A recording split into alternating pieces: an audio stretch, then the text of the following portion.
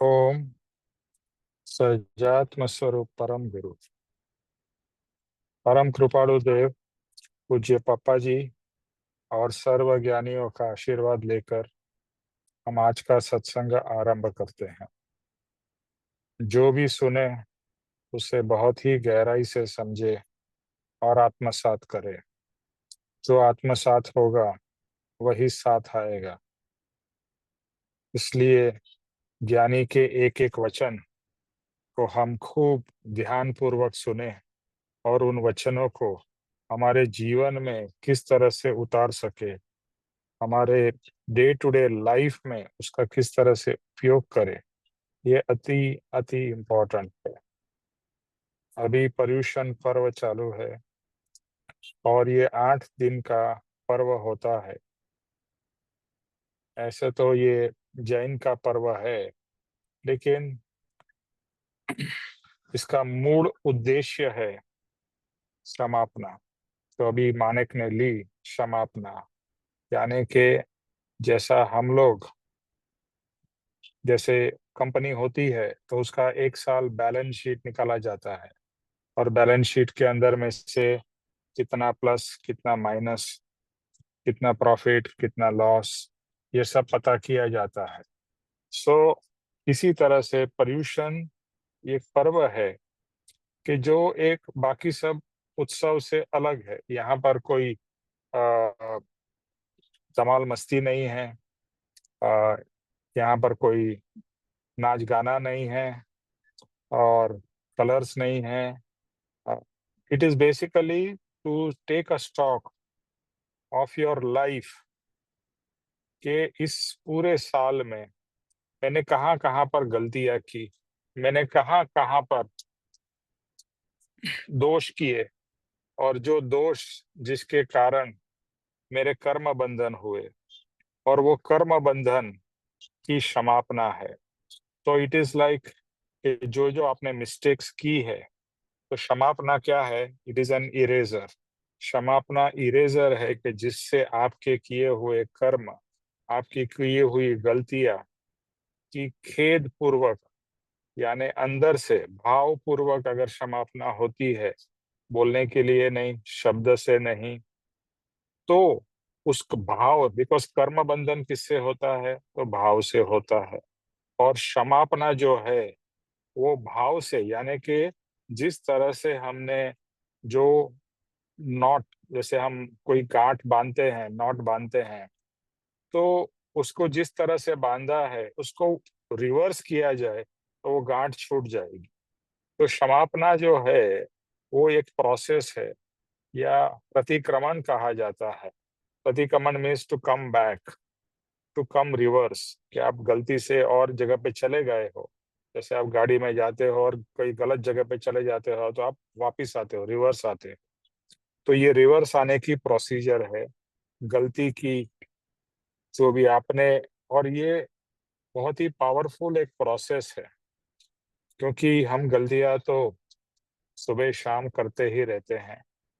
क्रोध कर लेते हैं, मान कर लेते हैं, माया कर लेते हैं, लोभ करते हैं, वासना है, तिरस्कार है, यानी कि आप जो भी कषाय जितने भी हम करते हैं, और दूसरे बुरे विचार, नेगेटिव विचार, गलत विचार, और मतलब कंटिन्यूअस चलता है। तो ये सब की एक पूरे साल की, it is like a annual process, कि पूरा साल का जो भी हमने पाप किया है उसको धोने की प्रोसेस है। तो मैंने राकेश भाई का, पूज्य बापा कहते हैं उनको, उनका सत्संग अभी तक 4 दिन सुना है, तो उसका मैं आपको शेयर कर रहा हूँ। तो उन्होंने क्या कहा कि जो 8वां दिन होता है वो 8वां दिन है संवत्सरी प्रतिक्रमण का। So that is the main 8th day. तो ये जो 7 दिन की जो साधना होती है वो 8वें दिन को तैयार करने के लिए, यानी आप इतने उस भाव में आ जाते हो, और उस भाव में आके, जैसे कहते हैं ना, अगर आपका ऑपरेशन करना है तो ऑपरेशन के लिए जैसे सब पैरामीटर्स अच्छे और ठीक होने चाहिए, और उसके बाद में अगर ऑपरेशन हो सकता है तो उसके पहले प्रिपरेशन होती है, तैयारी होती है। तो ये इसी तरह से आत्मा का एक ऑपरेशन की तैयारी है, और उसके लिए ये 7 दिन बहुत ही इम्पोर्टेंट है कि जो 8वें दिन को हमारे को क्षमापना यानी कि जो, और वो भी बहुत डीप की क्षमापना है।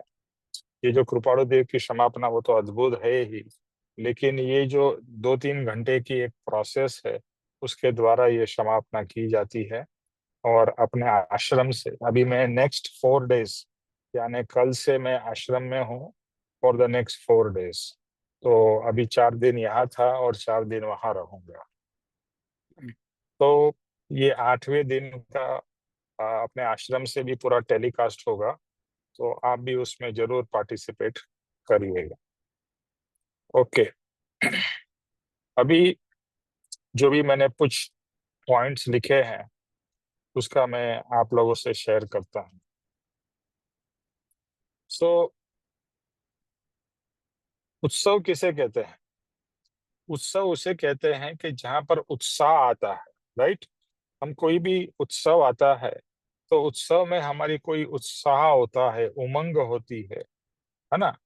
It is different from the normal days, है ना। जैसे दिवाली आई, होली आई, नवरात्रि आई, तो वो एक पर्व है, उसमें हमारी भावनाएं कुछ अलग होती है, वहां पर कुछ उत्साह होती है, कुछ विशेष भाव होते हैं। तो उत्साह जो बढ़ाता है उसे उत्सव कहा जाता है। सो यहाँ पर ये जो उत्सव है, ये आत्महित की भावना बढ़ाने का, सेल्फ रिफ्लेक्शन का और सेल्फ प्यूरिफिकेशन का भाव है और उसका प्रोसेस है। तो जैसे मैंने बताया, उन्होंने कहा कि ये 8 दिन आपके जीवन के लिए बहुत ही crucial for your life time, not only for the year, because ये पर्यूषण तो हर साल आता है, लेकिन आपको यही सोचना है कि ये मेरा लास्ट पर्यूषण है। देखो क्या है, कभी मृत्यु आएगी किसको पता है क्या? Nobody nose. इस पर्यूषण में आप हो और नेक्स्ट पर्यूषण में आप हो ही नहीं। तो इस पर्यूषण को आपको ऐसा ही समझना है कि ये मेरा लास्ट पर्यूषण है, और लास्ट पर्यूषण है इसके लिए मुझे इतना, देखो ऐसा ज्ञानियों ने कहा है कि आपका लाइफ एंड हो उसके पहले आपने लाइफ टाइम में जो भी गलतियां की है उसकी हृदय से, खूब हृदय से, सी देखो ये क्षमापना जो है ये कोई बोलने की चीज नहीं है, ये भाव है, एक ये फीलिंग है, अंदर के भाव है। और उस भाव से हमने जो भी भूले की है, जैसे जो क्षमापना में परम कृपाणु देव ने लिखा है कि भगवान मैंने ये किया, ऐसा किया, मैं आपको भूल गया, अपने आप को भूल गया, और फिर मैं आपके तत्व के विचार किए नहीं, यानी कि अध्यात्म के बारे में सोचा नहीं, और आप के भगवान के धर्म के और गुरु की उनको प्रॉपरली उनको भाव से शरण नहीं ली। तो ये सब जो भी क्षमापना में आता है, इसी तरह से जो क्षमापना जो है वो एक प्रोसेस है, लेकिन वो प्रोसेस शब्द का नहीं है, शब्द तो एक माध्यम है, लेकिन अंदर से हमारे भाव से जो रिपेंटेंस होती है। Even in Christianity there is a confession box होता है, जहाँ पर प्रीस्ट बैठता है और जाके जो भी वो है प्यूपिल है वो जाके ही गोस एंड ही कन्फेसेस कि मेरे से ये गलतियां हुई।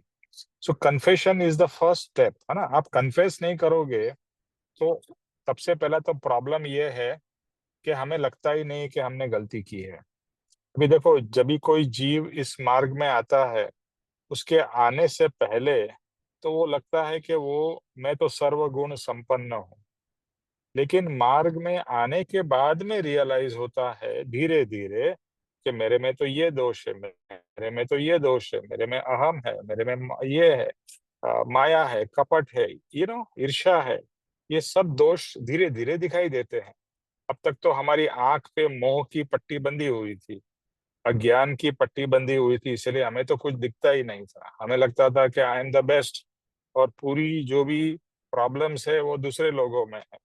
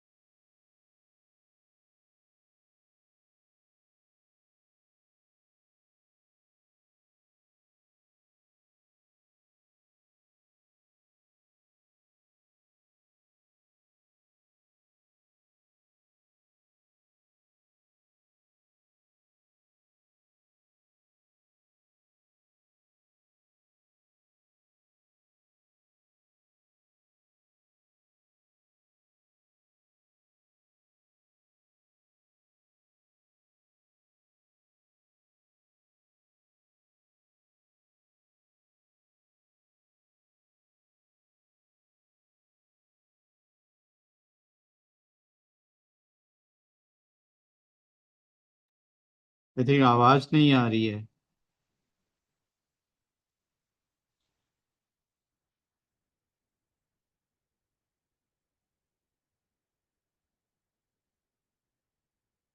आवाज सुनाई दे रही है?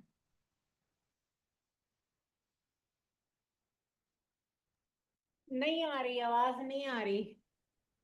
आई थिंक वो लिस्ट में भी थोड़ा नहीं दिखाई दे रही। मेरे को लगता है रास्ते में थे ना, गाड़ी में, हम्म हम्म तो हम्म, हम्म, हो सकता है नेटवर्क की दिक्कत हो गई हो। बराबर।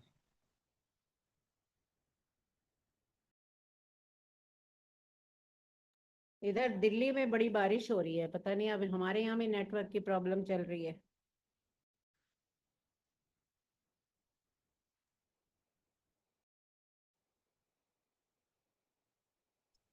हेलो। आ गए सर जी सर। सॉरी, इधर मेरा फोन का बैटरी डेड हो गया, चार्ज कर। ओके, सो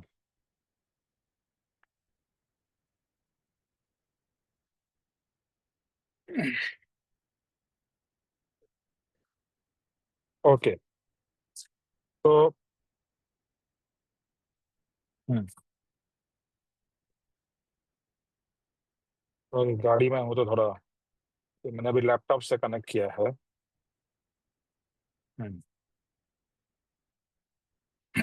तो इम्पोर्टेंट क्या है?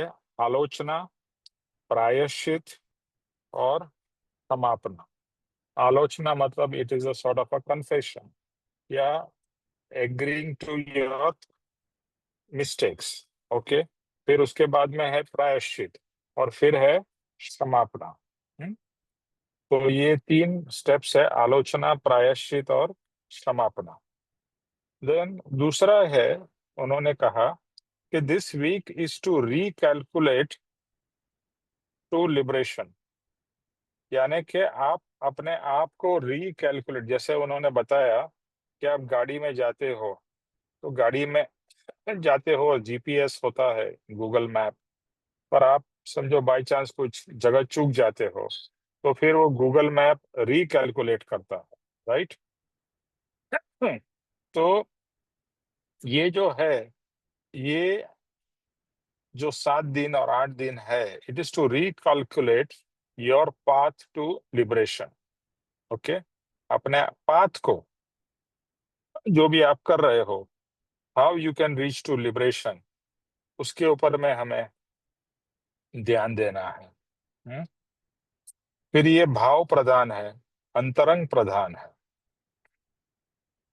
तो जैसे बताया, भाव से ही कर्म बंधन होता है और भाव से ही कर्म से मुक्ति भी मिलती है। तो ये भाव प्रधान ये प्रोसेस है। शब्द सिर्फ एक माध्यम है। हम्म? और हम क्या करते हैं, ज्यादातर बाह्य में ही रहते हैं, यानी कि क्रिया में लगे रहते हैं। जैसे आप भगवान की भी पूजा करते हैं, तो भाव से ज्यादा क्रिया पे महत्व होता है। कि आरती कर रहे हैं, तो आरती की प्रोसेस के ऊपर फोकस रहता है, रादर देन आरती के भाव, कि मैं भगवान की आरती कर रहा हूँ, भगवान की वंदना कर रहा हूँ। तो भाव, पप्पा जी को भी जब हम देखते थे कि वो किस तरह से कृपाणु देव को नमन करते थे, तो बहुत ही भावपूर्वक। तो बाह्य क्रिया एक सिर्फ माध्यम है, अंतरंग तो जो इम्पोर्टेंट है वो है भाव। और क्रिया हम इसलिए करते हैं कि जैसे हम आरती की थाली हाथ में रहते हैं, तो एक अच्छे भाव उत्पन्न होते हैं, राइट? तो ये जो भाव, क्रिया करने से भाव उत्पन्न होने चाहिए, लेकिन क्रिया करने से भाव उत्पन्न ही नहीं होते हैं और मात्र क्रिया होती है, तो फिर वो किसी भी काम की नहीं रहती है। सो यहाँ पर ये जैसे बताया कि आपके परिणाम में रिकैलकुलेशन होना चाहिए। अभी एक बहुत ही अच्छी बात बताई कि एक परम कृपाणु देव ने एक जगह पे लिखा है। उन्होंने वो एक पर्यूषण में, परम कृपाणु देव एक गुजरात के गांव राड़ज में थे, और वहां पर उन्होंने कुछ शिष्यों को बोध दिया था। तो इसमें उन्होंने एक बात बहुत अच्छी बताई कि समझो मटकी होती है, कोई भी मटकी हो आपके घर में, और वो मटकी फूट जाती है, और छोटी सी मटकी है, तो आपको बहुत ज्यादा दुख नहीं होगा। आप ठीक है, मटकी है, मटकी फूट गई, दूसरी आ जाएगी, उसमें क्या है, बहुत नुकसान नहीं हुआ है। तो ये जो हमारी वैल्यू, हम हर एक चीज पे क्या वैल्यू लगाते हैं, उस वैल्यू के हिसाब से हमारा दुख या हमारी पीड़ा लगी होती है। फॉर एग्जाम्पल, अगर आपकी कोई, जैसे नेक, आपका समझ लो आप नेकलेस हो और आर्टिफिशियल हो, बहुत महंगा ना हो, और वो गुम जाता है, तो लेडीज लोग है आप लोग, तो आपको कितना दुख होगा। ठीक है, नकली था, कोई ज्यादा कीमती नहीं था, चला गया, कोई बात नहीं। बट उसी जगह पे अगर वो डायमंड का नेकलेस गुम जाता है या चोरी हो जाता है, तो आपको बहुत दुख होगा, बहुत पीड़ा होगी कि इतना कीमती, इतना पैसा बचा के मैंने, ये मेरी मम्मी ने दिया या मेरी सास ने या वॉटेवर, और मेरा ये इतना कीमती हार चोरी हो गया या गुम गया। तो हमारा कृपाणु देव क्या कहते हैं कि ज्ञानी को और आप सबको, अगर सच्चे साधक हो, तो कोई भी चीज जो संसार की है वह तुच्छ लगनी चाहिए। क्या लगनी चाहिए? तुच्छ। संसार की कोई भी चीज, यानी वो हीरा भी हो या कोई भी चीज हो, यानी कीमती से कीमती चीज भी, वो आपको तुच्छ लगनी चाहिए। और ज्ञानी को लगती है। ज्ञानी के लिए तो 1 रुपए से लेके स्वर्ण तक हर एक चीज तुच्छ है। इसके लिए ज्ञानी को कोई दुख होता नहीं है, चाहे उनकी कीमती से कीमती चीज भी चली जाती है। क्योंकि हमारा प्रॉब्लम क्या है, हमने हर एक में ममत्व किया है, नंबर 1। और दूसरा, हमने हर एक चीज का एक मूल्यांकन किया है। और मूल्यांकन आजकल के जमाने में तो रुपये से ही सब मूल्यांकन होता है कि किसके पास में कितने करोड़ रुपए हैं, और कितने करोड़ रुपए की मेरी नुकसान हुआ या फायदा हुआ, एटसेट्रा। तो ज्ञानी को उसमें कोई फर्क नहीं पड़ता है, क्योंकि आत्मा को छोड़कर बाकी सब चीज पर है। अभी जैसे यही चीज, आपका हार चोरी हो गया, और मान लो कि आपके कोई नेबर का हार चोरी हो जाता है, आपको खेद होगा, वो बेचारे का हार चोरी हो गया, लेकिन कितना दुख लगेगा? बहुत ज्यादा दुख नहीं लगेगा। लेकिन मेरा हार, मेरे पैसा का बनाया हुआ हार, तो आप जो भी चीज अपनी मानते हैं, लेकिन ज्ञानी आत्मा को छोड़कर कोई भी चीज अपनी मानते ही नहीं है, तो मेरी है ही नहीं। और ये जो कीमत मैंने लगाई है, ये तो एक सब पुद्गल की है। पुद्गल मतलब जड़ चीजों की है। उसमें मैं क्यों इतना दुखी हो रहा हूँ? मेरी थी ही नहीं। अच्छा, दूसरी बात, अभी जैसे हमने मृत्यु की बात की, किसकी मृत्यु कभी होगी किसे पता है। अब ये मान लो आपकी मृत्यु हो जाए, तो वो क्या आप हीरे का हार लेके जाओगे? क्या आप आपकी धन संपत्ति साथ में लेके जाओगे? कुछ नहीं ना। सब चीज आप यहीं छोड़ के जाओगे।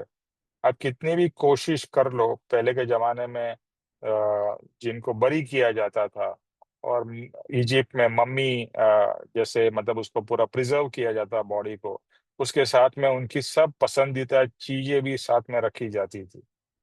लेकिन बॉडी भी नष्ट हो जाती है over a period of time, और पसंदीदा चीजें भी नष्ट हो जाती है, और वो आत्मा तो कहीं इमीडिएटली मृत्यु के बाद चला जाता है, वो चीज थोड़ी लेके जा रहा है। तो ये बात बहुत ही समझने जैसी है कि ज्ञानी को संसार की सब चीजें तुच्छ लगती है। हम्म? और ये बहुत इम्पोर्टेंट भा समझने जैसा है। जब तक आपको संसार की चीजें बहुत इम्पोर्टेंट और महत्वपूर्ण लगेगी, तब तक आप उसी के पीछे दौड़ते भी रहोगे, और उसके जाने से आपको बहुत दुख होता रहेगा। और दूसरा, कृपाणु देव ने कहा है कि आत्मा थी सौहीन, कि ये आत्मा के आगे संसार के सब चीजों की कोई कीमत या वैल्यू नहीं है। उसकी मतलब आत्मा से अगर हम कंपेयर करते हैं, जैसे कहते हैं ना, करोड़ रुपए से आप कंपेयर करो कुछ पैसे को, या सोने से पीतल को कंपेयर करो तो पीतल की कोई वैल्यू नहीं लगती है ना सोनों के सामने। इसी तरह से ज्ञानी के लिए ये आत्मा की कीमत बाकी सब संसार की चीजों से कहीं कहीं अधिक अधिक है। और ज्ञानी को सब चीज ये मिट्टी के बर्तन जैसी ही लगती है, क्योंकि पता है कि सब चीज नाशवंत है, जाने वाली है। और मैं अगर कोशिश भी कर लूं तो वो चीज मेरी कभी परमानेंट तो नहीं रह सकती, ये सब टेम्पररी मेरे पास है। एक्चुअली तो ज्ञानी ऐसा मानते हैं कि तू तो एक मुसाफिर है। आपने सब भजन भी सुने होंगे, गीत भी सुने होंगे कि हम तो एक मुसाफिर है, कुछ दिनों के लिए यहाँ रहेंगे और फिर चले जाएंगे। इस जगत से चले जाएंगे, इस घर से चले जाएंगे, इस परिवार से चले जाएंगे। और ये सब चीजें जो हमें हमने जमा की है वो सब चीज छोड़ के चले जाएंगे। अभी धीरू भाई अंबानी ने इतना बड़ा अंपायर बनाया, लेकिन अल्टीमेटली तो सब कुछ छोड़ के चले गए। दूसरा, अभी तक हमारा जो फोकस था वो वर्ल्ड के ऊपर यानी कि दुनिया के ऊपर हमारा फोकस था, राइट। उन्होंने बहुत अच्छा बताया कि we have to move from world focus to soul focus. World focus to soul focus. World मतलब वर्ल्डी चीजों के ऊपर हमारा फोकस था, आत्मा के ऊपर फोकस नहीं था। अभी इस मार्ग में आए हैं तो धीरे धीरे आत्मा का महत्व समझ में आ रहा है। तो आत्मा के ऊपर यानी कि आत्मा फोकस होना है, सोल फोकस होना है, नॉट वर्ल्ड फोकस। देखो, बहुत एक एक चीज बहुत इंपॉर्टेंट है। अगर आपके जीवन में किसकी प्रायोरिटी है, जिसकी भी प्रायोरिटी होगी ना, आप उस चीज को पहले करोगे, उस चीजों को ज्यादा इंपॉर्टेंस दोगे, उस चीजों के लिए आपके पास में समय भी निकलेगा। अभी जैसे मैं भी काम में बिजी हूँ और मेरा भी बिजनेस है, ये सब कुछ है, लेकिन मेरे लिए सत्संग बहुत ही इम्पोर्टेंट है, आप लोगों के लिए भी है। और लेकिन उसकी इम्पोर्टेंस जितनी बढ़ेगी, भी जैसे ये 8 दिन का समय है, तो 8 दिन का समय जो बहुत ही अच्छा माना जाता है आत्मा साधना के लिए, तो 8 दिन का मैं पूरा उपयोग हम सुबह जल्दी उठ के इस सत्संग सुनने चले जाते हैं। 1 घंटे का रास्ता है और सुबह 8 बजे वहां पहुंच जाते हैं और 10 बजे तक, और बहुत ही अमेजिंग एटमॉस्फेयर है वहां पर। ओके, उसके बाद में अभी 4 दिन आश्रम में रहेंगे। तो बात यह है कि जिस चीज की आपको महत्ता होगी उसके लिए आपके पास में समय भी निकलेगा, उसके लिए आप एफर्ट भी करोगे। लेकिन जिसकी महात्म्य आपके लिए कम होगी उसको आप करोगे, लेकिन not as a top priority. तो आज तक हमने वर्ल्ड की चीजों के लिए फोकस और समय निकाला है और उसके लिए एफर्ट भी डाला है। ओके, तन मन धन कहते हैं ना, हम कहते हैं भगवान तन मन धन सब तेरा, लेकिन सिर्फ बोलने के लिए तन मन धन तेरा। हाँ, बाकी तो पैसा एक पैसा नहीं छूटता है, सब धन को चिपक के बैठे रहते हैं। तो ऐसा कहा जाता है अगर आप धन को बहुत चिपक के बैठे रहोगे तो अगले जन्म में सांप बनोगे। कभी कभी आपने देखा होगा कि बहुत सारा जहाँ पर धन होता है वहां पर सांप होते हैं। पहले के जमाने में आपने देखा होगा। तो ये जो आत्मा है ना, मेरा और आपका, कैसा है, तो अनंत शक्ति का मालिक है। किससे शक्ति से भरा हुआ है? सुख शक्ति से भरा हुआ है, आनंद के वेदन से भरा हुआ है। मैं फिर से रिपीट करता हूँ, देखो एक एक वचन बहुत ही, और ये मैं वचन मेरे अपने लिए और आप लोगों के लिए भी मैं नोट कर लेता हूँ, क्योंकि ज्ञानी के वचन पर मैं आप सबको भी एनकरेज करूंगा कि सत्संग में जब भी आते हो तभी साथ में नोटबुक और पेन रखो, जो जो चीजें अच्छी लगे उसको नोट डाउन कर लो और फिर बाद में पढ़ो भी। ओके, तो आत्मा जो है वो अनंत शक्ति का मालिक है, अनंत शक्ति का मालिक। इस आत्मा में अनंत अनंत शक्ति है। जैसे हम कहते हैं कि भगवान में अनंत शक्ति है और भगवान कुछ भी कर सकते हैं, वैसे आपका और मेरा आत्मा भी भगवान स्वरूप ही है। भगवान की जितनी शक्ति है ना, उतनी शक्ति आप में और मेरे में भी है। प्रॉब्लम ये है, या डिफरेंस ये है कि वो शक्ति प्रकट नहीं हुई है, उनकी शक्ति प्रकट हो गई। जैसे आपने गैस है, तो गैस में शक्ति है, लेकिन वो शक्ति कभी है जब आप गैस को ऑन करते हो और लाइटर से उसको जलाते हो, तो शक्ति तो अंदर गैस में है, तो ही लाइट जल रही है ना, तो ही उसमें से खाना पक रहा है। तो शक्ति है, लेकिन शक्ति प्रकट नहीं है। हमारी शक्ति है, हमारी सब आत्मा के ऊपर में इतने सारे आवरण लगे हैं कि ये सब उससे ढका हुआ है। और ज्ञानी का आत्मा, परमात्मा का आत्मा प्रकट हो चुका है। लेकिन एक बात तो आपको हमेशा ध्यान रखनी है कि मैं भी परमात्मा ही हूँ, मैं भी परमात्मा स्वरूप हूँ। ये बात जब तक अंदर से आप रियलाइज नहीं करोगे, या एटलीस्ट मानोगे नहीं। ये परम कृपाणु देव ने कहा है कि सर्व जीव छे सिद्ध सम। सर्व जीव, हर एक जीव कैसा है? सिद्ध के जैसा है। सिद्ध मतलब भगवान स्वरूप है। हर एक जीव, एक छोटा कीड़ा मकोड़ा का भी जो आत्मा है वो भी भगवान है। उसमें भी भगवान जितनी शक्ति है, आप में भी भगवान जितनी शक्ति है। तो सर्व जीव छे सिद्ध सम, जे समझे ते थाय। अरे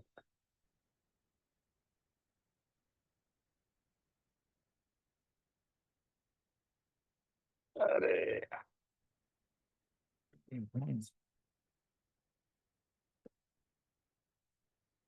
हेलो, सॉरी बीच में एक फोन आ गया। हेलो, आवाज आ रही है? हाँ आ रही है। अच्छा, ओके। तो मेरा आत्मा अनंत शक्ति का धारक है, अनंत शक्ति का मालिक है। और कैसी शक्ति? सुख शक्ति से भरपूर है। सुख शक्ति से भरपूर है। आनंद का इसमें पूरा समुंदर है, आनंद का समुंदर है। आप में और मुझ में सुख से हम लोग भरे हुए हैं, आनंद से भरपूर है। तो रियलाइज और ये फीलिंग ये होती है कि फिर हम लोग सुखी क्यों नहीं है, हम लोग दुखी क्यों हैं? क्या लगता है, हम लोग क्यों दुखी है, हम लोग क्यों सुखी नहीं है? अगर हम, यानी कि आत्मा आनंद यानी सुख शक्ति से भरपूर है, आनंद से भरपूर है, तो क्या लगता है क्यों नहीं हम सुखी है?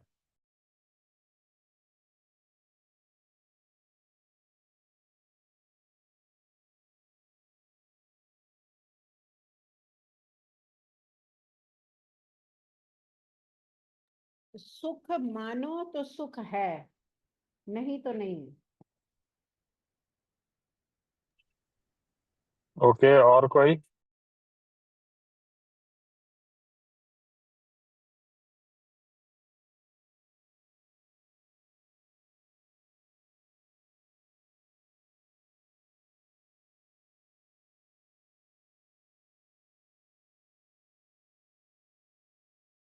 क्वेश्चन नहीं समझा निमेश।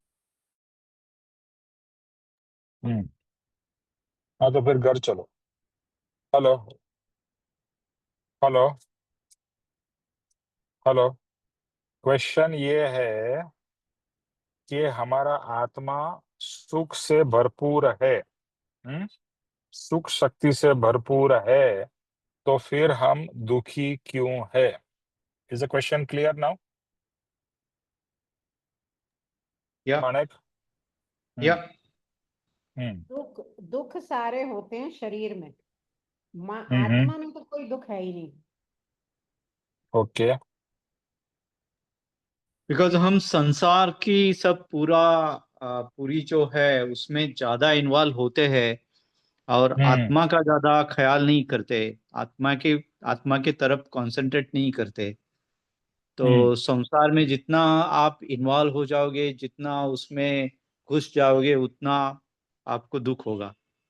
तो दुख पैसे का होगा, दुख प्रेस्टीज का होगा, दुख बिजनेस का होगा। वो सब दुख के ही कारण है।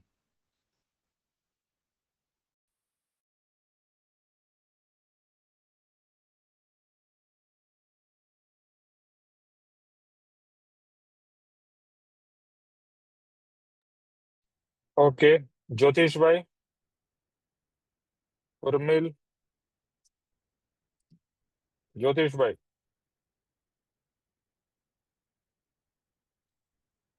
हेलो। हाँ हाँ हाँ निमेश भाई। उर्मिल, प्रश्न समझ में आया? प्रश्न क्या पूछा है? आ, नहीं निमेश आत्मा भाई, सुख का भंडार आप है। आप लोग सुन रहे हो कि नहीं सुन रहे हो सत्संग? आत्मा सुख का भंडार है, सुख का। लगी थी थोड़ी। हेलो, हेलो, वो आवाज आ रही है मेरी? बताइए, आ रही है निमेश भाई? आ रही है, पूरी आवाज आ रही है, पूरी आ रही है। आत्मा सुख की शक्ति से भरा हुआ है, तो आत्मा यानी कि हम दुखी क्यों है? समझ में आया प्रश्न? आया हेलो। है क्योंकि क्योंकि जो हम्म मैं समझ पाई हूँ, जो आपने क्वेश्चन पूछा है उसका ये है कि भाई आत्मा सुख से भरी हुई है, फिर भी हम दुखी क्यों हैं। तो मैं जो समझ पाई वो ये है कि हमने अभी तक भी, सबसे पहली बात तो हम देह से भिन्न आत्मा को कितना समझ पा रहे हैं, और भौतिक उसमें ही लगे हुए हैं, तो वो भौतिक में तो दुख ही दुख है।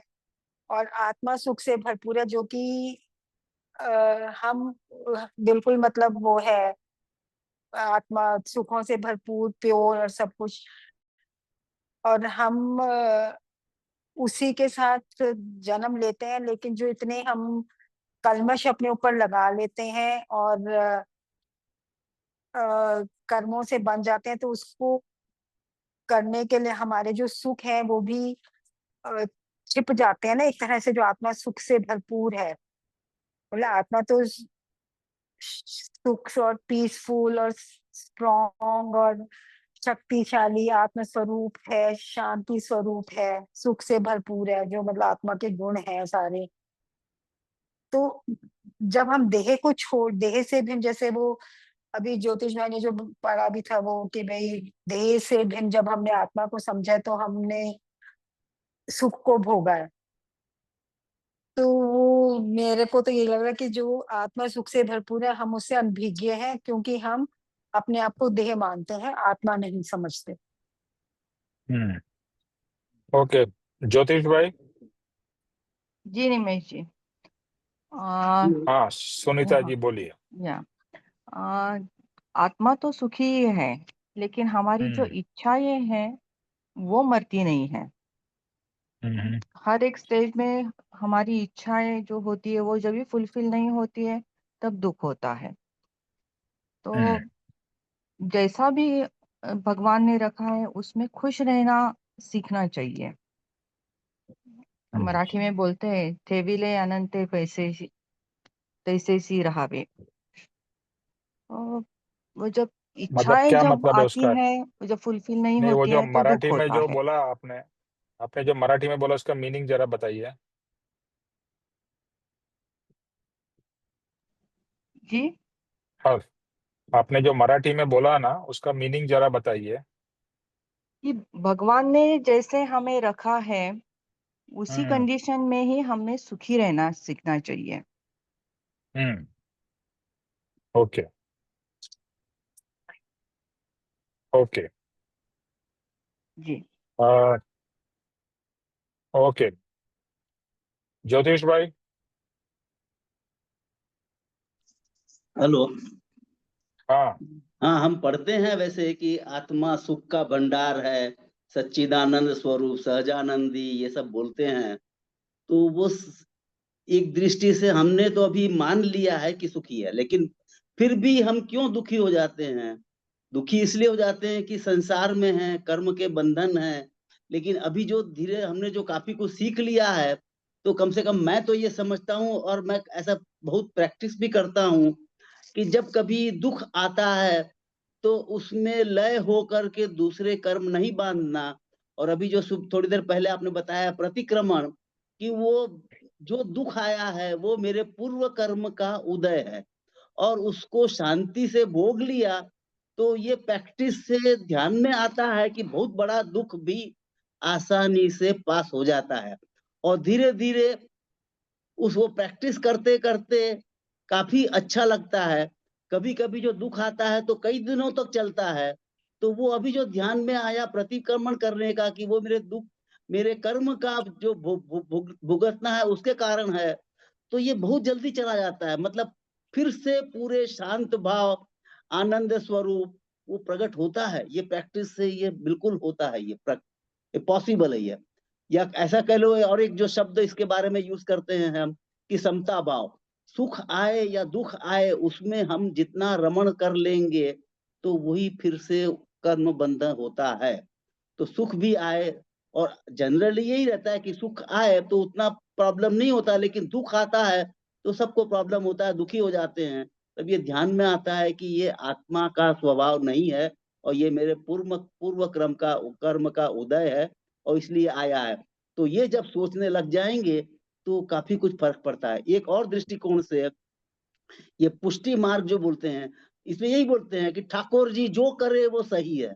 और ये भी, ये भाव जो हमने अपनाना शुरू किया, तो काफी कुछ उससे भी मदद होती है कि दुख भी आते हैं, संसार में हैं तो दुख तो आना ही है, लेकिन वो तुरंत चला जाता है। ये मतलब मैं अपने हिसाब से ऐसा करता हूँ, सोचता हूँ और करता हूँ, प्रैक्टिस करता हूँ। Okay, very good. ये प्रश्न जो है ना, इसके ऊपर मैं और बहुत सोचिएगा। देखो, कृपालुदेव ने क्या कहा है, कर विचार तो पाम।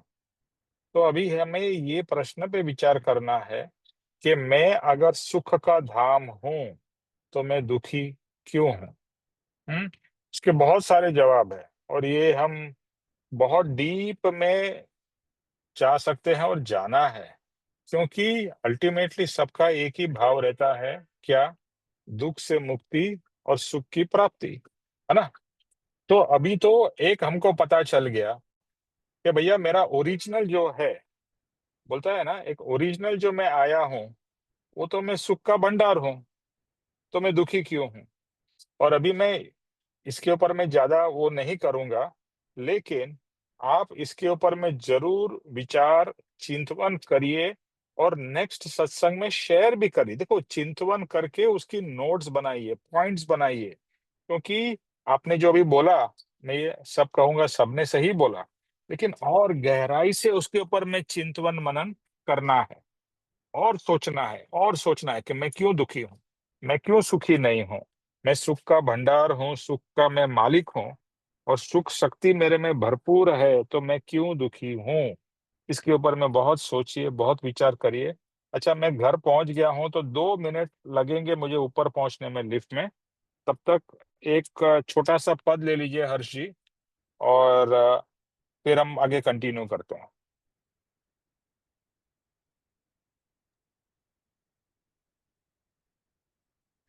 ये जो क्वेश्चन है कि भाई हम सुखी क्यों नहीं हैं, ये अभी भजन जो मैंने सुनाया था ना पहले, हर हाल में दाता का जो शुक्र मनाते हैं, हर उनके खुशियों की होती बरसाते हैं। ये मूल मंत्र यही लगता है मेरे को तो।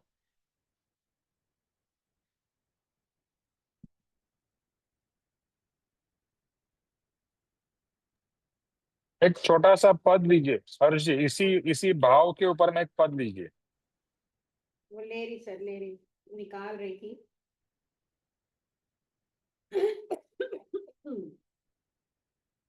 इसमें थोड़े पंजाबी शब्द हैं, जैसे सर ने कहा अभी कि भाई हम सब मुसाफिर हैं, उसी के ऊपर है। तू वीराही मैं वीराही, राही जग सारा। तू वीराही मैं वीराही, राही जग सारा। तेरा मेरा वैर कादा, कादा भाईचारा। मतलब तेरा मेरा कोई दुश्मनी, कैसी कैसी दुश्मनी, कोई दुश्मनी नहीं है। और कैसा भाईचारा, ना कोई भाईचारा है।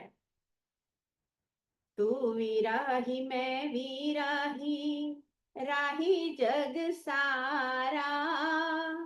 तेरा मेरा वैर कादा, कादा भाईचारा। मिट्टी दा मकान तैनू छड़ना ही पैना है। मिट्टी दा मकान है एक दिन टहना है। गिरना है, ढहना मतलब गिरना।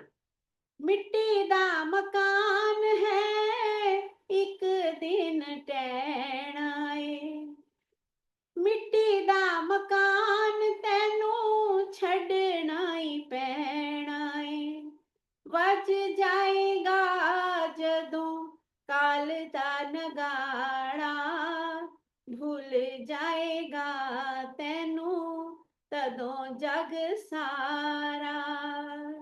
जब काल का नगाड़ा बजेगा तो सब कुछ भूलना पड़ेगा और भूल जाएगा, ये जग सब भूल जाएगा।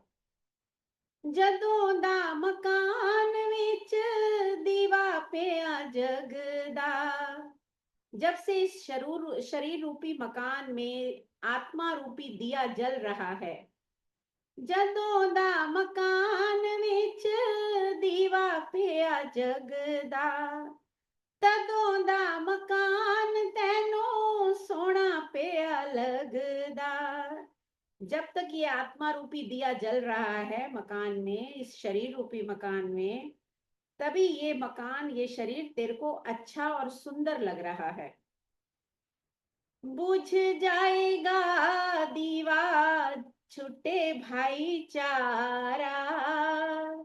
जब ये दिया बुझ जाएगा, ये आत्मा चली जाएगी, तो सारा भाईचारा इस संसार के लोगों से या इस संसार से जो भी तेरा भाईचारा संबंध बना हुआ है, सब छूट जाएगा। तू भी राही मैं भी राही, राही जग सारा। तेरा मेरा वैर कादा कादा भाईचारा। खाली हाथ आया बंदे क्या ले जाएगा, वांग पताशे दे घुल घुल जाएगा। खाली हाथ तू आया रे इंसान, हे इंसान बंदे, तू खाली हाथ ही आया है और क्या लेके जाएगा? कुछ भी नहीं लेके जाएगा, खाली हाथ ही जाएगा। और बतासे की तरह, जिस तरह से बतासा पानी में घुल जाता है, एकदम पता नहीं लगता, धीरे धीरे सब घुल जाता है, इसी तरह से तू भी इस संसार में घुल घुल घुल के जाएगा। वांग बताशे ने घुल घुल जाएगा। हरि दे भजन बिना नहीं हो गुजारा। हरि के भजन के बिना तेरा गुजारा नहीं होगा, इसलिए तुझे हरि के भजन में, गुरु जी के सानिध्य में ही रहना है। तेरा मेरा वैर कादा कादा भाईचारा। हंस जेड़े होंदे ने हरि गुण गांदे। जो हंस होते हैं, जिनको समझ है आत्मा की, परमात्मा की, इस संसार की, वो हरि के गुण गाते रहते हैं। लेकिन जिनको नहीं है, ये जो कौवे भांति हैं, कांव कांव करते हैं, जिनको ज्ञान नहीं है, वो इस संसार में ही पड़े रह जाते हैं। तो हंस जो होते हैं, समझदार इंसान, हंस जेड़े होंदे ने हरि गुण गांदे। हरि दा भजन करके हरि नूर झांदे। ईश्वर के भजन करके अपने ईश्वर को मनाते हैं, और वो समझते हैं कि भाई हम इस संसार में आए हैं तो हमें जाना तो है ही। पढ़ ले गुरा दिया बाहा, कर ले निस्तारा। अपने गुरु की बाह पकड़ लो, अपने गुरु का हाथ पकड़ लो और इस संसार से निस्तारा कर लो, इस इस भव से पार हो जाओ। पढ़ ले गुरा दिया बाहा, कर ले निस्तारा। तेरा मेरा वैर कादा कादा भाईचारा। तू विराही मैं विराही, राही जग सारा, तेरा मेरा वैर कादा, कादा भाईचारा। जय श्री सद्गुरुदेव वंदन। और ऐसा ही एक भजन है, अमर आत्मा सच्चिदानंद मैं हूँ, शिवोहम शिवोहम शिवोहम शिवोहम। अमर आत्मा सच्चिदानंद मैं हूँ, अखिल विश्व का जो ये परमात्मा है, सभी प्राणियों में वही आत्मा है, वही आत्मा सच्चिदानंद मैं हूँ, वही आत्मा सच्चिदानंद मैं हूँ। जिसे शस्त्र काटे नागनी जलाए, गलाए न पानी न मृत्यु मिटाए, वही आत्मा सच्चिदानंद मैं हूँ, वही आत्मा सच्चिदानंद मैं हूँ। अजर और अमर जिसको वेदों ने गाया, यही ज्ञान अर्जुन को हरि ने सुनाया, वही आत्मा सच्चिदानंद मैं हूँ, शिवोहम शिवोहम शिवोहम शिवोहम। अमर आत्मा सच्चिदानंद मैं हूँ, अमर आत्मा है मरणशील काया, अमर आत्मा है मरणशील काया, सभी प्राणियों के वो भीतर समाया, वही आत्मा सच्चिदानंद मैं हूँ, शिवोहम शिवोहम शिवोहम शिवोहम। है तारों सितारों में प्रकाश जिसका, चंदा और सूरज में आभास जिसका, वही आत्मा सच्चिदानंद मैं हूँ, शिवोहम शिवोहम शिवोहम शिवोहम। जो जो व्यापक महर्षि है महर्षि कण कण में। हाँ जी, मैं ये, हाँ, अभी थोड़ा सत्संग आगे कंटिन्यू करते हैं। ये पद आप नेक्स्ट टाइम जरूर लीजिए। जी जी बहुत ही बढ़िया जी। पद है, जरूर लीजिए।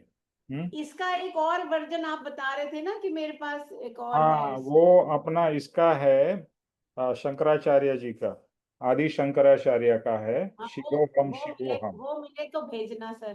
हाँ हाँ हाँ, जरूर भेजता हूँ। हम्म। तो अभी ये जो प्रश्न पूछा है कि प्रॉब्लम इज हाउ, यानी कि हम सुखी कैसे हो, तो इसमें पूज्य राकेश भाई, उनको बापा कहते हैं, तो उन्होंने कहा कि आत्मा की रुचि बढ़ानी है। आत्मा की रुचि जब तक नहीं लगेगी, जब तक आत्मा की लगनी नहीं लगेगी, तब तक ये आपको आत्मा का सुख अनुभव हो ही नहीं सकता है। क्योंकि आज हम भले आत्मा होते हुए भी आत्मा से बहुत दूर है। और जैसे सब लोगों ने कहा कि हम अपने आप को शरीर से ही ट्रीट करते हैं, शरीर जैसा ही मानते हैं, तो शरीर का कोई भी दुख होता है या अपने परिवार का दुख होता है तो लगता है मेरा दुख है, मेरा दुख है। एक्चुअली आत्मा उससे पर है। और दूसरा, अभी अगर उसकी रुचि बढ़ानी है तो उसकी रुचि कैसे बढ़ेगी? कोई भी चीज की रुचि कैसे बढ़ा सकते हैं आप? तो जब तक उस चीज की रुचि यानी कि उसकी वैल्यू जब तक आप बढ़ाओगे नहीं, तब तक, जैसे एक अल्टीमेटली हीरा भी क्या है? हीरा एक पत्थर ही है ना। लेकिन आपको जन्म से ऐसा बता दिया गया है, इतना कीमती, इतना महंगा, प्रेशियस प्रेशियस, चमकता है, ये भी है, वो भी है, टाइमलेस, फलाना ठिकना, मतलब इतना वैल्यू उसकी आपके अंदर में बढ़ा दी गई है। और जो बहुत कम मिलता है उसकी वैल्यू ज्यादा बढ़ जाती है। देखो, जब भी कोई भी चीज डिमांड ज्यादा हो और मिले कम, तो उसकी वैल्यू ऑटोमेटिकली बढ़ जाती है ना। अगर आत्मा की रुचि बढ़ाना है तो उन्होंने कहा आत्मा की वैल्यू बढ़ानी पड़ेगी। आत्म स्वरूप की, मेरी जो आत्मा की जो कीमत है, जो आज तक तो मुझे पता ही नहीं था मैं आत्मा हूं। अभी आत्मा तो जाना है कि मैं आत्मा हूं, बट अभी तक उसकी इंपॉर्टेंस या उसकी वैल्यू बड़ी नहीं है। जैसे परम कृपाणु देव को उसकी वैल्यू समझ में आ गई, तो उन्होंने क्या कहा कि मेरे लिए ये संसार पूरा सोने का हो जाए, ये मेरा संसार पूरा सोने का हो जाए, तो भी मेरे लिए तृण मात्र, तृण मतलब घास समान है, घास के एक छोटे से तिनके बराबर है। उसको, उनको संसार इतना तुच्छ लगता है और आत्मा इतना महान लगता है। अभी आपको जो चीज एकदम महान लगे और बाकी चीज तुच्छ लगे, तो आपका फोकस किस में होगा? ऑब्वियसली उन्होंने भी बिजनेस किया, परिवार था, लेकिन उनका फोकस हमेशा आत्मा पे था, क्योंकि आत्मा की उनको इतनी महत्ता समझ में आ गई थी। और इतने भावों से जो उन्होंने पुरुषार्थ किया था, तो उससे उनको पूरा अनुभव था और आत्म स्वरूप में रहते थे, इसके लिए कभी भी दुखी नहीं थे। ज्ञानी या परमात्मा दुखी क्यों नहीं है? क्योंकि अपने आत्म स्वरूप में है।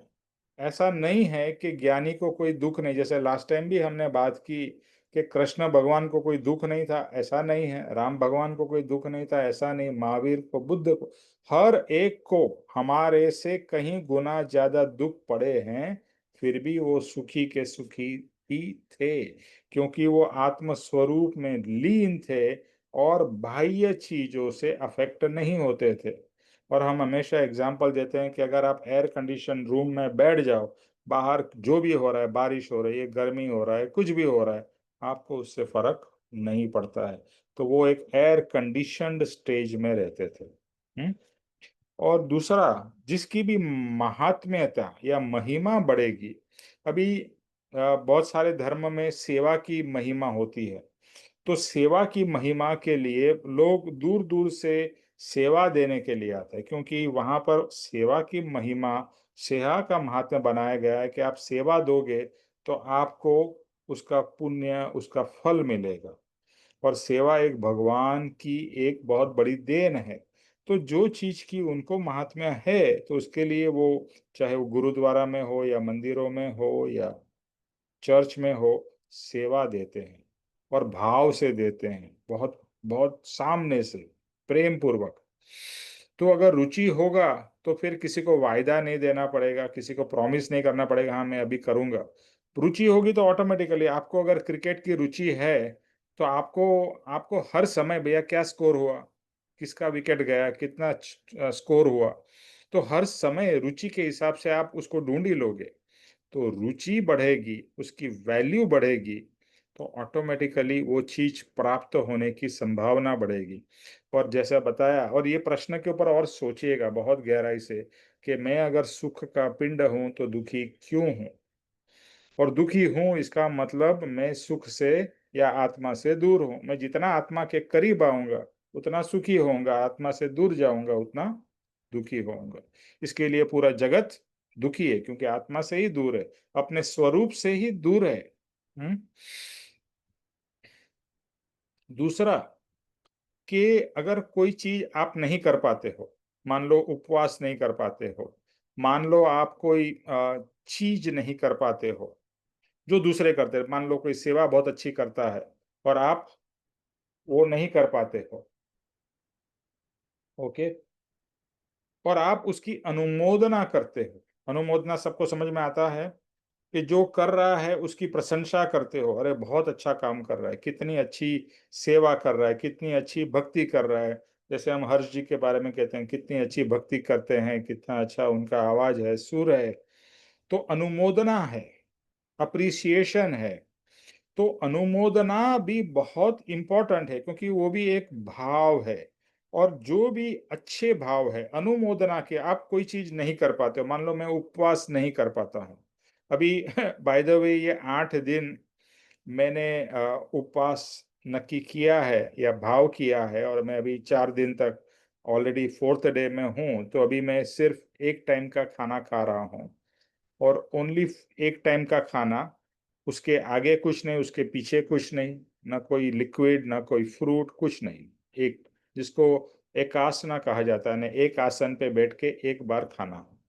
तो न चाय, ना कॉफी, ना कुछ भी। तो ये एक बहुत टाइम पहले मैंने तो ये भी किया था। 28 की थी। 28 के अंदर में बेसिकली 8 दिन सिर्फ गर्म पानी, बॉइल्ड वाटर पे ही रहना होता है, ओके। और अभी मेरा भाव हुआ है कि ये 8 दिन तप करने के लिए, यानी कि कुछ तपस्या करने के लिए बहुत अच्छे दिन माने जाते हैं। तो अभी भगवान की कृपा से, कृपाणु देव की कृपा से ये 4th डे है। एंड मुझे खाने का बहुत शौक है, और मैं तो ब्रेकफास्ट, फिर बीच में चाय विद बिस्किट, फिर लंच, फिर चाय विद अदर स्नैक्स, एंड फिर डिनर, फिर रात को स्वीट। मतलब इतना, मतलब दिन में 5 5 बार मैं कुछ ना कुछ खाता था या खाता हूँ। लेकिन अभी डिसाइड किया है कि चलो ये 8 दिन एक आसना, यानी कि एक ही बार आहार और एक ही जगह पे बैठ के आहार करना है। तो अभी कुछ लोग हैं जो, जैसे मैंने बताया कि 28 करते हैं, 28 में सिर्फ बॉइल्ड वाटर पीते हैं, no food, no food at all, no food at all. 8 दिन के लिए कुछ नहीं। अगर आप नहीं कर पाते, आपकी हेल्थ के वजह से, आपकी मन उतना स्ट्रांग नहीं है, तो आप उसकी अनुमोदना करो। अरे अमेजिंग, 8 दिन तक कुछ नहीं खाने वाले हैं, 8 दिन तक उपवास करेंगे। और भाव ये है, इसमें क्या है, उपवास करने का, उपवास का मतलब है उपवास। उप मतलब आत्मा के पास में आना, उसको उपवास कहते हैं। और उन्होंने बहुत अच्छी तरह से समझाया कि उपवास करने का लक्ष्य होना चाहिए आत्मा को स्ट्रांग बनाने के लिए। कि अगर मैं आत्मा हूं और मैं अण आहारी आत्मा हूं, तो शरीर को सिर्फ टिकाने के लिए खाना है, तो मैं कर सकता हूं। और मैं भी 4 दिन से कर रहा हूं। तो अंदर से भगवान की प्रेरणा है, गुरु की प्रेरणा है, और मैं कोई बड़ा तप नहीं कर रहा हूँ, सिर्फ एक बार तो फिर भी खा रहा हूँ, भरपेट खा रहा हूँ। लेकिन बाकी टाइम नहीं खा रहा हूँ, तो ऑब्वियसली भूख लगती है और डिमांड बॉडी की आती है। लेकिन मैंने ये नोटिस और भी किया कि बॉडी को आप जैसा चाहो वैसा ट्रेन कर सकते हो। और आप नहीं खा रहे, मतलब मैं या इतना दिन चाय कॉफी भी नहीं पी रहा हूँ, कुछ भी नहीं, सिर्फ खाना खाता हूँ और गर्म पानी। तो इस तरह से आप अपने आप को, बॉडी को ट्रेन कर, सिर्फ until you don't do it you will not realise it, right. हमें लगता है कि मैं नहीं रह सकता हूँ, बट आपने कोशिश की क्या? एक बार ट्राई करो। और बाकी रिलीजियस पर्पस को छोड़ के मैंने और भी बहुत सारे वीडियोस वगैरह देखे हैं जहाँ पर फास्टिंग का बहुत महात्म्य है। कि अगर आप उपवास करते हो तो आपके शरीर के लिए, आपके पेट के लिए बहुत बहुत ही फायदे कारक है। यहाँ कहने की बात यह है कि आप करो तो बहुत अच्छा है, और अगर आप नहीं कर पाते हो तो उसकी अनुमोदना करो। यानी कि जो कर रहा है उसको अप्रिशिएट करो कि वाह, कभी मैं भी एक दिन कर पाऊं।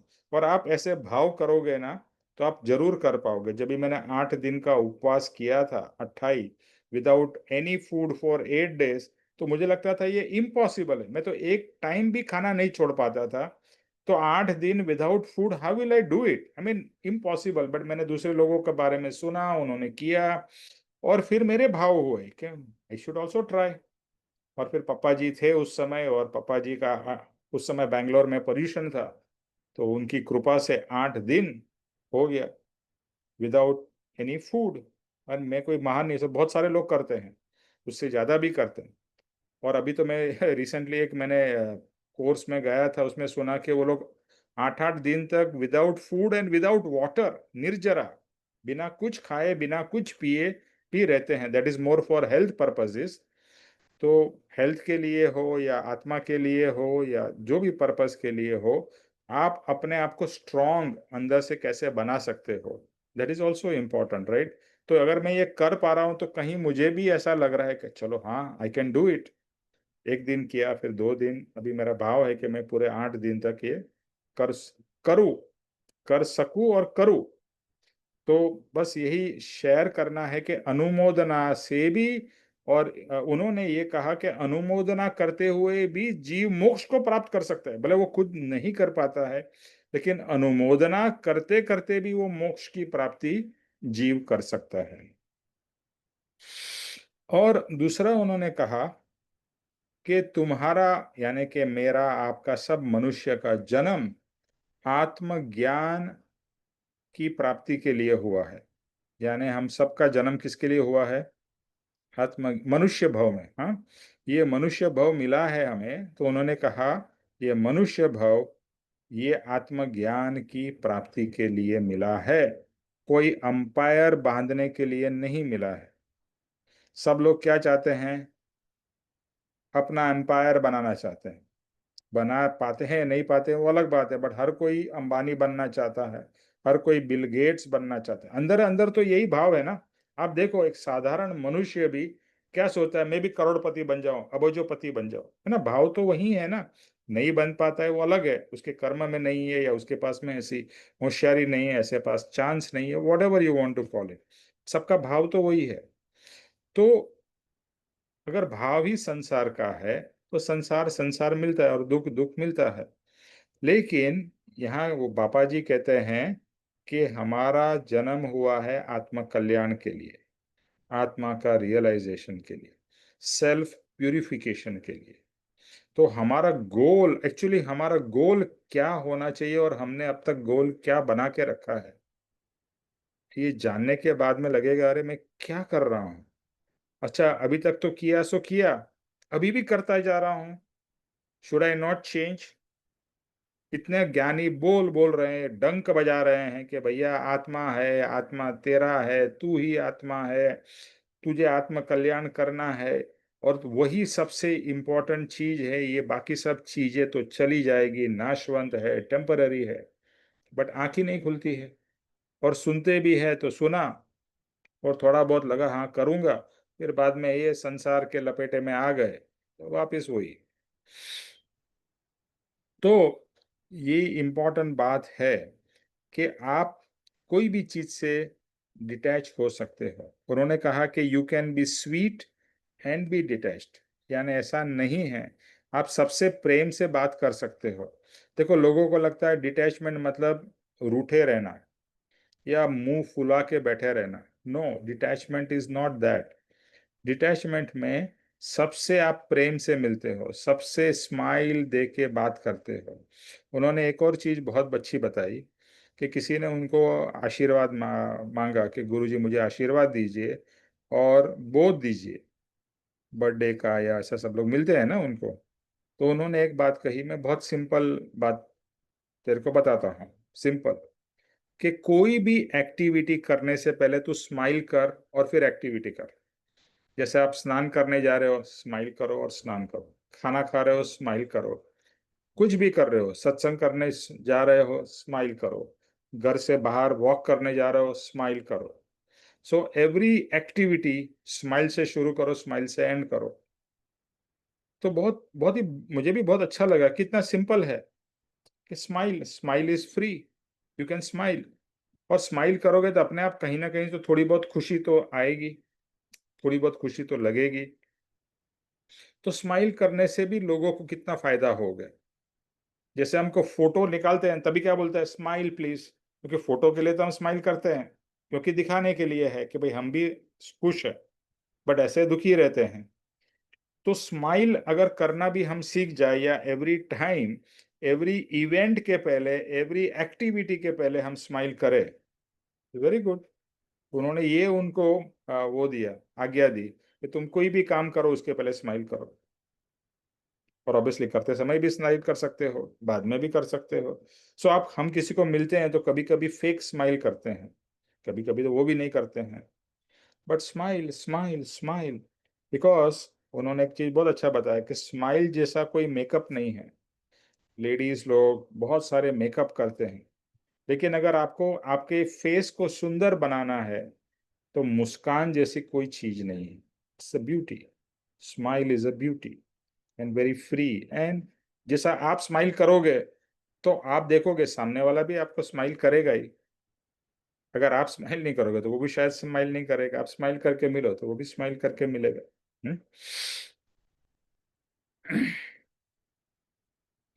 तो ये कहते हैं कि पर के सामने अगर स्व का महात्म्य होगा तो पर में वृत्ति नहीं जाएगी। यानी कि पर और स्व, देखो दो चीज है, स्व यानी कि मैं, पर यानी दूसरा। अभी स्व यहाँ पर क्या है, आत्मा। ये शरीर भी पर है, ये इंद्रिया भी पर है, ये मन चित्त बुद्धि भी पर है। तो ये तो पर है, बाकी सब तो और पर है ही। लेकिन अब तक हमने क्या माना था, शरीर को स्व माना था, है ना। इसीलिए ना आज तक हमने शरीर की, इतना सारे शरीर के पीछे क्यों पड़े रहे, क्योंकि शरीर को स्व माना था। लेकिन ज्ञानी ने, परम कृपाणुदेव ने बताया कि शरीर पर है, स्व तो आत्मा है। तो स्व और पर का पहले तो भेद करना सिखाया है। और अभी तक हमने भेद सिर्फ शब्द से किया है, बट रियल भेद नहीं किया है। तो वो भेद हर समय करते रहना है कि मैं स्व यानी कि आत्मा, शरीर इंद्रिया ये सब चीजें, मन चित्त बुद्धि ये सब पर पर पर। तो स्व और पर का भेद। दूसरा, पर की सामने स्व का महात्म्य, यानी स्व का महात्म्य इतना बढ़ जाए, फिर पर का महात्म्य अपने आप कम हो जाएगा ना, इजंट इट। कि अगर स्व का महात्म्य बढ़ गया तो पर का महात्म्य अपने आप कम ही हुआ ना। ठीक है, तो स्व का महात्म्य बढ़ाओ, स्व का इंपॉर्टेंस बढ़ाओ। और ये सब आपको अपने विचार से ही करना है, और कुछ इसमें कुछ वजन नहीं डालना है, भाव से इसको समझना है। और ये फैक्ट है, देखो ये कुछ अपने मन को बनाने वाली बात है ही नहीं, इट्स अ फैक्ट। कृपाणुदेव ने और सब भगवान ने, परमात्मा ने, परमात्मा क्यों कहते हैं हमें उसको, क्योंकि वो परम आत्मा है। उन्होंने अपने आत्मा का महात्म्य और आत्मा को इतना विकसित किया। तो वो कभी विकसित किया होगा जब भी उसका इंपॉर्टेंस बढ़ाया होगा, तो ही उसको विकसित किया होगा ना। तो परमात्मा बन गए। तो हमें भी तो वही करना है, हम परमात्मा के बजाय हम पर के अंदर में डूबे हुए हैं। तो बस यही बताते हैं कि स्व का इंपॉर्टेंस पर के सामने बढ़ाओ। अभी आप लोगों को ये सोचना है हर एक को कि मैं अपना स्व का इंपॉर्टेंस कैसे बढ़ाऊं और पर का इंपॉर्टेंस कैसे कम करूं, क्योंकि आज तक हमने पर का इंपॉर्टेंस ज्यादा किया, स्व को भूल गए। अच्छा, दूसरा जो है, अ, दो नए कहे जाते हैं। हम जब भी ये जिनेश्वर की वाणी करते हैं ना, उसमें आता है नय निक्षेप, के जिनेश्वर की वाणी अनंत अनंत नए निक्षेप से भरी हुई है। अभी ये नए क्या है, नए का मतलब है point of view, my point of view, your point of view. अभी ये नए जो है, इसको दो सिंपल बिग पार्ट्स में डिवाइड कर सकते हैं। एक को कहते हैं निश्चय नए, दूसरे को कहते हैं व्यवहार नए। आई थिंक समय तो हो गया है, बट ये जस्ट पूरा करके हम आज का एंड करेंगे। तो निश्चय नए, निश्चय नए is the ultimate truth. Okay, निश्चय नय is the ultimate truth. What is that निश्चय नय? निश्चय नय का अल्टीमेट ट्रूथ ये है कि मैं आत्मा हूं। लेकिन व्यवहार नय से मैं क्या कहूंगा, कि निश्चय नहीं से मैं कहूंगा कि मैं शुद्ध आत्मा हूं, और मैं व्यवहार नहीं से कहूंगा कि मैं अशुद्ध आत्मा हूं। एंड दोनों राइट है। निश्चय नहीं से मैं शुद्ध आत्मा हूं, और व्यवहार नहीं से मैं अशुद्ध आत्मा हूं। कैसे? तो जैसे हम हीरे का एग्जाम्पल बार बार देते हैं कि हीरा अगर कीचड़ में गिर जाता है तो हीरा तो प्योर ही है। हीरा कीचड़ में गिरने के बाद भी अंदर से तो इम्प्योर नहीं हुआ, जैसे ही आप पानी से उसको वॉश कर देते हैं फिर से प्योर है, मतलब वो उसकी जो प्योरिटी है वो गई नहीं है, सिर्फ बाहर से कीचड़ लग गया है। तो निश्चय से हीरा प्योर है, लेकिन कीचड़ में गिर गया, इसके लिए हम कहते हैं हीरा गंदा हो गया है। तो व्यवहार से हीरा गंदा है, निश्चय से हीरा प्योर है। इसी तरह से हमारा आत्मा निश्चय से तो प्योर ही है, अंदर में आत्मा तो प्योर ही है, सबका आत्मा, लेकिन जो कर्म लगे हैं उसके कारण आत्मा इम्प्योर है, बट रियल में इम्प्योर नहीं है। सिर्फ बाहर से, जैसे हीरा जो है बाहर से कचरा लगने के कारण हम उसको इम्प्योर कहते हैं, बट रियल में तो अंदर से तो प्योर ही है। तो बस यही तरीके से व्यवहार नहीं और निश्चय नहीं को समझना है, और इसके बारे में और डिटेल में हम आगे नेक्स्ट टाइम नेक्स्ट सैटरडे को इसके ऊपर और बात करेंगे। ओके, आपको कोई प्रश्न है? इसमें एक ही चीज बार बार यही आती है कि मैं सुख का भंडार हूँ, सुख का स्वामी हूँ, और मुझे वो सुख का अनुभव करना है। तो वो सुख का अनुभव मैं कैसे करूँ, ये जिज्ञासा और ये क्यूरियोसिटी, और इसको प्राप्त करने के लिए जो ज्ञानियों ने पाथ बताया है वो मुझे फॉलो करना है। लेकिन ये प्रश्न के ऊपर में बहुत विचार जरूर करिए। सिर्फ रेडीमेड आंसर्स जो है ना, जैसे वो एग्जाम के लिए नहीं होते थे readymade answers, don't, okay that is okay that you have, but think more, think about you as individual, why I am unhappy, मैं दुखी क्यों हूँ। बहुत सोचिए सोचिए, और नेक्स्ट टाइम प्लीज शेयर करिए। ओके, किसी को कुछ ऐड करना है या पूछना है? और जैसे बताया, नेक्स्ट वेडनेसडे को, कमिंग वेडनेसडे को, जो कि गणेश चतुर्थी भी है, आफ्टरनून में अराउंड 2:30 या 3 बजे ये संवत्सरी प्रतिक्रमण का कार्यक्रम होगा। वो अपना आश्रम का लिंक भी अगर आप सबके पास में होगा ही, वरना मैं भिजवा भी दूंगा। तो वो संवत्सरी प्रतिक्रमण में आप जरूर ज्वाइन करिए। उसमें कुछ चीज़ें गुजराती में है, कुछ पद भी है, और उसकी ज्योतिष भाई आपके पास में संवत्सरी प्रतिक्रमण की बुक है?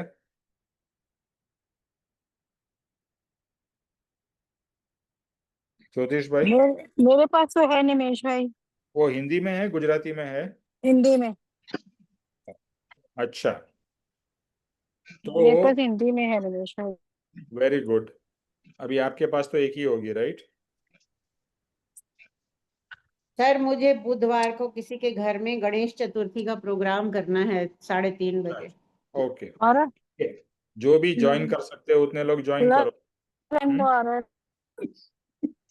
हेलो, निमेश भाई मेरे पास गुजराती में। अच्छा ठीक है, बट बाकी लोग एटलीस्ट सुन सकते हो और भाव से ज्वाइन हो सकते, बिकॉज जैसे बताया है, क्षमापना जो है भाव का मार्ग है। भाव से जुड़ो, और सुन के भी भाव कर सकते हैं क्षमापना के, और जो भी बताया जा रहा है उसके बारे में। और अगर हिंदी की बुक है, उर्मिल, उर्मिल, उर्मिल, हाँ निमेश भाई। आपके हाँ पास में जी। एक ही बुक होगी, राइट? हेलो, हाँ एक ही है निमेश भाई।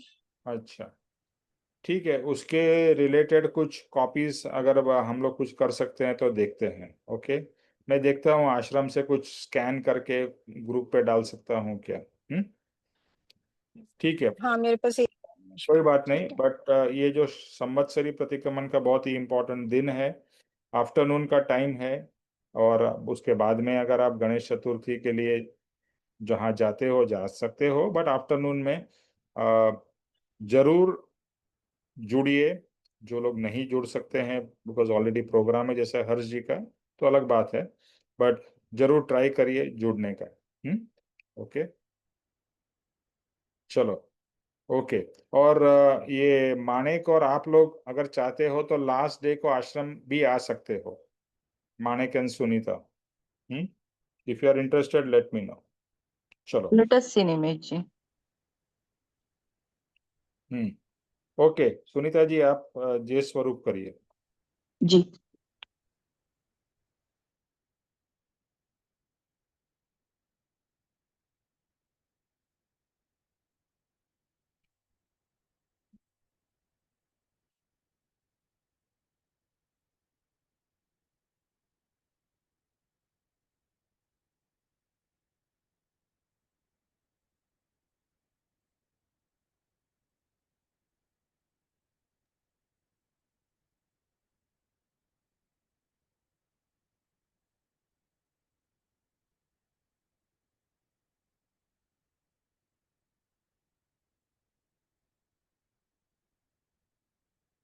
ये स्वरूप समझा बिना पाम्यो दुख नंद, समझाव्यो ते पद नमो श्री सद्गुरु भगवन।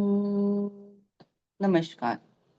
परम पुरुष प्रभु सद्गुरु परम ज्ञान सुखधाम, जेणे आप्યું भान निज तेने सदा प्रणाम।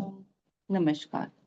देह छता जेनी दशा वर्ते देहाती, ते ज्ञानी ना चरण मा हो वंदन गणी। नमस्कार। हे परम कृपालु देव, जन्म जरा मरणादि सर्व दुखों का अत्यंत क्षय करने वाला वितराग पुरुष का मूल मार्ग आप श्रीमान ने अनंत कृपा करके मुझे दिया। उस अनंत उपकार का प्रत्युपकार करने में मैं सर्वथा असमर्थ हूँ। फिर आप श्रीमान कुछ लेने में सर्वथा निष्प्रिय है, जिससे मैं मन वचन काया की एकाग्रता से आपके चरणाविंद में नमस्कार करता हूँ। आपकी परम भक्ति और वितराग पुरुष के मूल मार्ग की उपासना मेरे हृदय में भव पर्यंत अखंड जागृत रहे, इतना मांगता हूँ, वह सफल हो। ओम शांति शांति शांति। त्रिलोक के नाथ की जय हो। जय हो। जय जय हो। हो। परम जय हो, जय हो। कृपालु देव की, जय हो। जय जय हो। हो। जय हो। जय हो। सद्गुरु देव की। जय हो। जय जय हो। हो। जय हो। जय हो। जय आज हो। के आत्मा के आनंद की सुख की विजय हो। विजय विजय हो। हो। जय विजय हो। हो। विजय जय हो। हो। सर्व मुमुक्षुओं के परमार्थ पुरुषार्थ और भक्ति की, विजय विजय हो। विजय हो। विजय हो। विजय हो। विजय हो। सबका आत्म कल्याण हो, सबका आत्म कल्याण हो, सबको आत्मा का सुख। धन्यवाद। Thank you sir. हाँ ना, हाँ ना, ये परमानेंट